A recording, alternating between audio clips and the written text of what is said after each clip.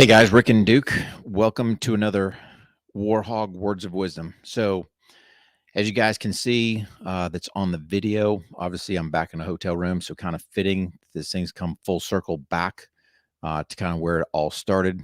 For those of you tuning in, if you're asking, hey, who's this Duke guy you're speaking of? So, Duke was my retired work dog that I lost July 5th, 2001. We kind of do this, I opted that, hey, I'm going to keep his name in there. So yeah, just kind of a way to honor him and keep his memory alive. Second thing I want to do is just thank the viewers, listeners out there for giving us your most precious commodity, your time to tune in. Greatly appreciated. You've moved us up to the top 2.5% of all podcasts globally. So thank you guys for your support. Don't forget to hit that subscribe button. Leave us a rating review. I don't care if it's just a thumbs up emoji. And then, oh, by the way, if you want early access to these podcasts, Words of Wisdom, whatever the case may be, make sure you go to our Patreon page, which is patreon.com/ontherange podcast. You guys will have early access to that, training stuff, our vlogs, Zoom calls, all that stuff. But definitely check out the Patreon page and go from there. So with all the housekeeping being done, I guess, we'll jump right into it. So on this episode of Words of Wisdom, just want to talk about red dot sights. So just coming off the heels of the American Tactical Canine Association 2021 symposium. It was a hands-on type event, and the course that I taught out there was one-handed pistol shooting for the canine officer. Here's the thing, guys. I'm starting to see a huge influx in red dot sights in law enforcement, which I am 100% happy therefore to see. I'd say, hey, man, keep it up, keep going. Here's the one thing I'm going to caution guys on, and I ask them, this question. And I kind of ask you, if you're just a civilian firearms owner, if you are running a red dot sight, what is the number one fail point potentially with that red dot you're running? Not going to throw any brands under the bus, but just say this. If you have an open emitter system, i.e. it's not enclosed, and the only enclosed system I know of right now is the Aimpoint Acro.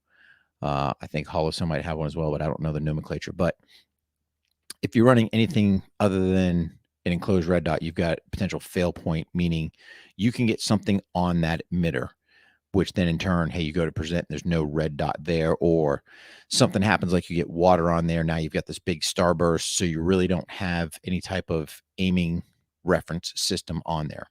So I would just say, first and foremost, kind of do your homework on red dot sights out there. Is it one of these where when you are putting that red dot on your pistol, can you, use the sights that comes with the pistol, or do you have to put something like suppressor height sights to be able to get some type of iron sights on your pistol? So I'd kind of caution you guys. I'm for the red dot pistol, don't get me wrong, but make sure you're doing your homework as far as, hey, what sight am I putting on there? Is it working for my pistol? Oh, by the way, what holster am I using? Bunch of different things that go in there. And then, like I said, just make sure that you're looking at, am I actually running an enclosed red dot? So since I am, running an Aimpoint Acro, it's a big point of contention, I guess, for some people. The P1 got a bad rap, in my opinion, with the whole battery life deal. I never had any issues out of my P1. I think I got over 6 months of just leaving that thing constantly on, not really adjusting the brightness. I would adjust it for my environment. So obviously, if I'm going to carry that thing prior to going out at night, obviously turn it down so I didn't need the same daylight brightness. Hey, if it was an overcast day, you're going to be adjusting your dot brightness throughout. But with that, kind of information, I just ask people out there, hey, if you did have battery issues, because let's think about it.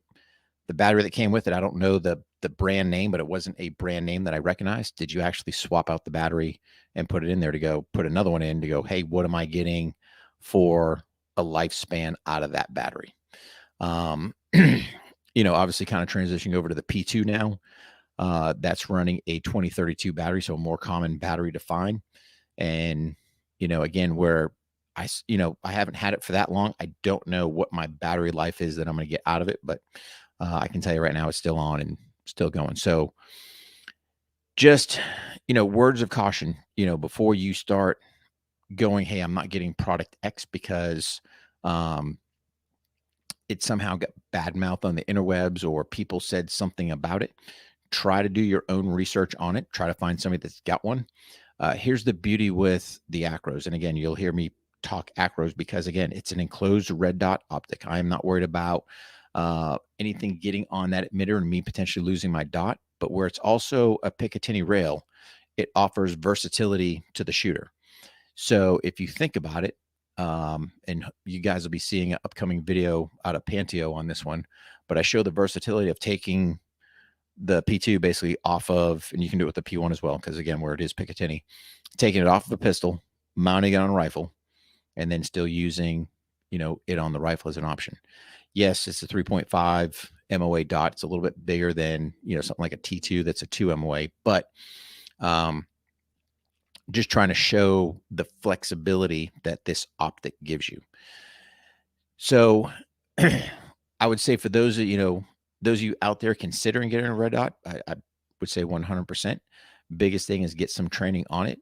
There's plenty of videos I've done on YouTube as far as, pistol presentation, because I think there's some key points in there. And if you hit kind of some certain landmarks when you're presenting that pistol out, it'll help you get that dot so you're not doing the fish type deal. I do believe, and if I didn't mention it in the videos, I kind of mention it here, as far as the podcast goes. If you are running a Glock type pistol, yes, you do have to do a slight roll of your wrist, at least what I have found, just to kind of have that window come better in just because of the grip angle of that pistol. So just some little nuances. For my LE guys out there, 100%, I get sometimes you're being dictated, mandated by your departments as far as what optic to use. However, I would just, if it were me, and again, I do carry a red dot pistol, I would just want to make sure that it was enclosed. So can I potentially talk to whoever the authorities that be within that department and just educate them on, hey, we might not want to go with this potential brand of red dot because where it is an open emitter, I might have dramas, issues, rain, mud, just regular rubbish, whatever the case may be, affecting that red dot. Or do I go with something with, is an enclosed emitter? I'm not worried about, I haven't had any dramas going from a warm vehicle out to, a cold environment outside or vice versa. I haven't seen any fogging up on that. So to me, that is the standard as far as looking at, red dot sights. And I got it. People will say, hey, I like this or that. That's cool, man. But I would just say this, again, it keeps going back to that caution point. If you have an open emitter, you have the potential of losing that dot. LE guys, yeah, man, I think if you guys can do it, if those of you, I don't like to use the word aging, we'll say just getting wiser with time, you'll see that potentially your eyes might be going. And if that's the case, we really can't start seeing that front sight post anymore, or even the sights in general for some people. And that's where the beauty is with that red dot. We're not trying to fight that. I pose a big question to my LE guys. So I see the red dot pistols come out and I always ask, so what happens if you put that red dot on a red shirt? Because yes, at our War HOGG training events, we do put clothing on our targets to make as close to realism as we can. And I just asked the question because I've yet to see a red shirt come out with somebody with a red dot. I'd want to test it. Does it bleed out? Does it not? I know the answer. I'm not going to give it to you because I need you guys to do some homework on your end so that you guys are thinking, hey, man, am I truly testing my stuff to make sure my equipment is going to be there when I need it? Are you actually going out in the rain? So again, going back to the whole YouTube thing, the War HOGG V-drill, man, it was pouring down rain that day, right?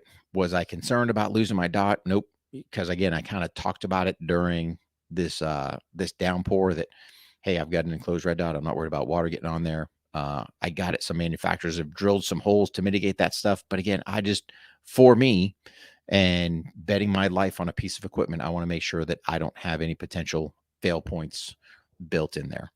So I would say, guys, 100%, if it's within your budget, if you can afford it, understand some things go on when you get a red dot for your pistol.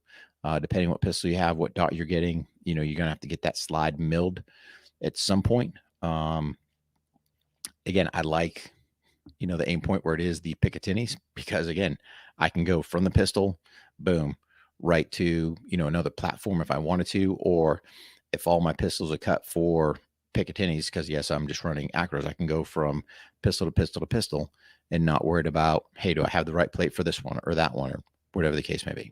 So just food for thought when you guys are out there, trying to make your selection. And then the other thing I would tell you is if you can, when you're testing the battery life I will tell you straight up. So when I got the P1 initially, that was not my everyday carry gun with that optic on there. Why? Because Rick was just trying to do some testing to go, how long will this battery life work? And then kind of knowing that, hey, 6 months was the window I got out of it. Okay, cool. I can set something up. We all got these phones. We can set an alarm in there. Hey, at month 5, so I've given myself a little buffer, change the battery. How you work your anniversary times on there. The other thing to, don't forget, and I've seen this happen with guys with red dot pistols, is when you put that optic on your pistol, depending what you got, you might have one screw as far as the acro goes, or if you've got, another brand, might have a couple screws in there. Put witness marks on your screws. So that way at a quick glance, you can just see, hey, is this screw moving at all? Because we did have an LE class where one of my students actually lost one of his screws out of his red dot. So he was going to sit there and just pop it off altogether, and just go, hey, just run iron sights. Luckily, one of the guys out there had a magnet. We were able to kind of go right in the area he was at, quick sweep, and boom, found the screw. So we were able to get it tightened back up. If that's going to be, the permanent pistol or permanent dot for that pistol, would it be a bad thing to put a little bit of, Loctite on there, put the blue stuff so you got it's removable. But that way, hey, if I did want to, ensure the screws are staying in place, yep, it gives me a little more security. Absolutely. But I get it. Some guys are running dots from pistol to pistol or swapping back and forth, or, hey, let me try it on this one and try it over on another one, whatever the case may be. If you could, yep, Loctite it down. If you can't, put some type of witness mark and just periodically check. And that's the other thing is you see a lot of guys just not checking their stuff. So, hey, make sure your witness marks are good. Hey, when was the last time I changed my battery? Oh, I actually have some type of cloth or cleaning rag, whatever, that can actually wipe the glass off if I've got fingerprints on there. So just different things that you can do just to make sure that you're getting the maximum capability out of that dot, so that, God forbid, you are in that deadly force encounter, man, when you present that pistol out there, that dot's there and you can make your shot so you can end that threat and bring yourself home. So, Ellie guys, kind of in closing, man, keep up the good work. Keep pushing those red dots, especially for my K9 LEOs. Makes things, whole class was based on doing one-handed shooting, because typically your other hand's going to be controlling that K9. But just keep, opening your eyes and make sure that you're doing your research as far as, are we getting the best product available? And am I mitigating any potential issues by buying a certain brand red dot that might cause me dramas during that deadly force encounter? So embrace it, enjoy it, get out there, get your training. I had one guy tell me that, hey, his department required him to fire 3,000 plus rounds before he could actually qual with that thing. That's cool. Just make sure you're getting some good sound instruction. Because again, I think there's some certain ways that you can help that presentation process. And like I said, the War HOGG Tactical YouTube page, it'll have, I know we've got pistol presentation stuff with red dot specifically. Same thing with irons, but just to make that a little more efficient, because I think that's one of the key things guys struggle with. Just so that as you present out, boom, that dot's there. Easy press your trigger, boom, shots are on target where they need to be. So just again, want to thank you guys for tuning in. I want to thank you guys for giving us your time. Don't forget to check out warhogg.com. And kellydefense.com. Make sure you guys are signing up for our newsletters. Trust me, we don't bombard you with stuff, kind of give you an update what we got going on. And really the Patreon, help support the podcast that way. Patreon.com/On the Range podcast. All of you that have supported me as far as losing Duke, all your thoughts, all your prayers, all your purchases of the different whether it's Explosive Apparel Design, Teutonic Distillery. We've got a fundraiser coming up that we're going to start in honor of Duco Project. And again, whole purpose behind that is to help out canines. Obviously, I'm slightly jaded when it comes to my SOF canines. Certain passion, for those guys, and just want to try to take care of them. But depending on how much money we end up raising, might we go to some other avenues? Hey, we potentially could. So be on the lookout for that. More to follow. Still working out some details on that. But again, guys, appreciate you tuning in. Appreciate all your support. Make sure you guys are training hard. Stay safe. Don't forget your dry fire training in there.